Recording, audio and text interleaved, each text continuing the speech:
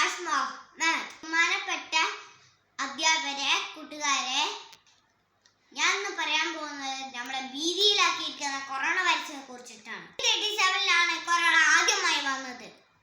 Corona മൂലം വരുന്ന രോഗമാണ് കോവിഡ്-19.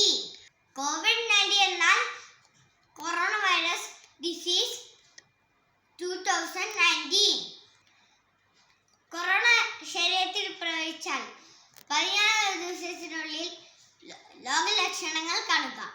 പനി, ചുമ, ജലദോഷം, തുമ്മൽ, തൊണ്ടവേദന എന്നിവയാണ് രോഗലക്ഷണങ്ങൾ കാണുക.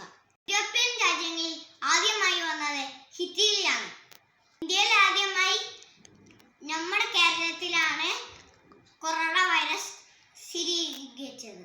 WHO കൊറോണയെ മഹാമാരിയായി പ്രഖ്യാപിച്ചു. കൊറോണ എന്ന ലാറ്റിൻ വാക്കിന്റെ അർത്ഥം കിരീടം എന്നാണ്. ഡോക്ടേഴ്സ്, പോലീസുകാർ, ഗവൺമെന്റ് എന്നിവയെല്ലാം നമുക്ക് വേണ്ടി എത്രയ്ക്കോ കഷ്ടപ്പെടുന്നു.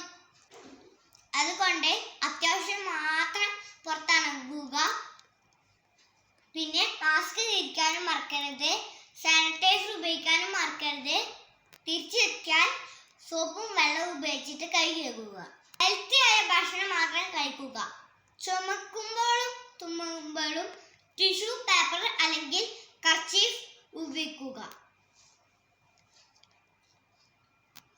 Stay home, stay safe.